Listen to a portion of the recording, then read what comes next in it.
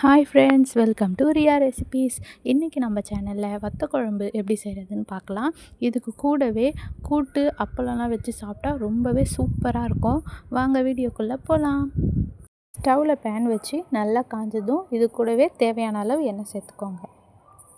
எண்ணெய் நல்லா காஞ்சதும் இது கூடவே கொஞ்சமாக வெந்தயம், கடுகு சேர்த்து நல்லா பொரிஞ்சதும் இது கூடவே 10 பூண்டு பல் சேர்த்துக்கோங்க. கொஞ்சம் போல் கருவேப்பிலை சேர்த்து நல்லா வதக்குனதும் நம்ம பொடியாக நறுக்கி வச்சிருந்த வெங்காயத்தை இது கூடவே சேர்த்துக்கலாம். வெங்காயம் வதங்கிறதுக்கு கொஞ்சம் போல் உப்பு சேர்த்துக்கோங்க. ஒரு 5 நிமிஷம் நல்லா வதங்கட்டும். இது கூடவே நம்ம தக்காளி சேர்த்துக்கலாம். ஒரு மீடியம் சைஸ் தக்காளி சேர்த்துக்கோங்க. இது நல்லா வதங்கட்டும். அதுக்குள்ளே நம்ம புளி தண்ணிக்கு ரெடி பண்ணிடலாம். இப்போ நான் ஒரு பெரிய நெல்லிக்காய் சைஸுக்கு புளி எடுத்து இந்த மாதிரி நல்லா கரைச்சி வச்சுருக்கேன்.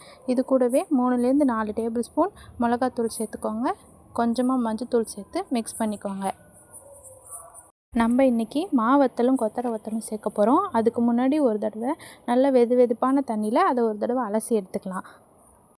இப்போது தக்காளி நல்லா வதங்கினதும் இந்த மாதிரி எண்ணெய் பிரிஞ்சு வரும். அந்த நேரத்தில் இந்த வத்தல் எல்லாத்தையும் இது கூடவே சேர்த்துக்கோங்க. ஒரு தடவைக்கு 2 தடவை நல்லா அலசிட்டு அதுக்கப்புறமா இது கூட சேர்த்துக்கோங்க. இந்த மாதிரி நல்லா மிக்ஸ் பண்ணி விட்டுக்கோங்க. ஒரு 2 நிமிஷம் அப்படியே இருக்கட்டும். நம்ம எடுத்து வச்சிருந்த புளி தண்ணியை இது கூடவே சேர்த்துக்கலாம். ஒரு 5 நிமிஷம் அப்படியே மூடி வச்சுருங்க. குழம்பு நல்லா கொதி வரட்டும். இப்போது நம்ம குழம்பு நல்லா கொதித்து வந்துருச்சு. இப்போ இது கூடவே கொஞ்சம் போல் வெல்லம் துருவி சேர்த்துக்கோங்க. நம்ம வெல்லம் சேர்க்குறனால ஹோட்டலில் எப்படி செய்வாங்களோ அதே மாதிரி நமக்கு லைட்டான ஸ்வீட்லையும் ஸ்பைசியாகவும் குழம்பு கிடைக்கும். குழம்பு நல்லா கொதித்து எண்ணெய் பிரிஞ்சு வந்ததும் இது கூடவே கொஞ்சமாக பூண்டு, கொஞ்சம் போல் மிளகு சேர்த்து நல்லா இடிச்சிட்டு இது கூடவே சேர்த்துக்கோங்க. அவ்வளோதான் ஃப்ரெண்ட்ஸ், நம்மளோட வத்த குழம்பு சூப்பராக ரெடி ஆயிடுச்சு.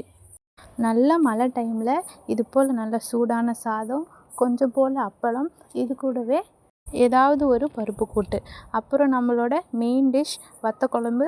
நீங்களும் இதே மாதிரி செஞ்சு பார்த்துட்டு எப்படி இருக்குன்றதை கமெண்ட்டில் சொல்லுங்கள். இப்போ வீடியோ பிடிச்சிருந்தா லைக் பண்ணி சப்ஸ்கிரைப் பண்ணுங்கள். தேங்க்யூ.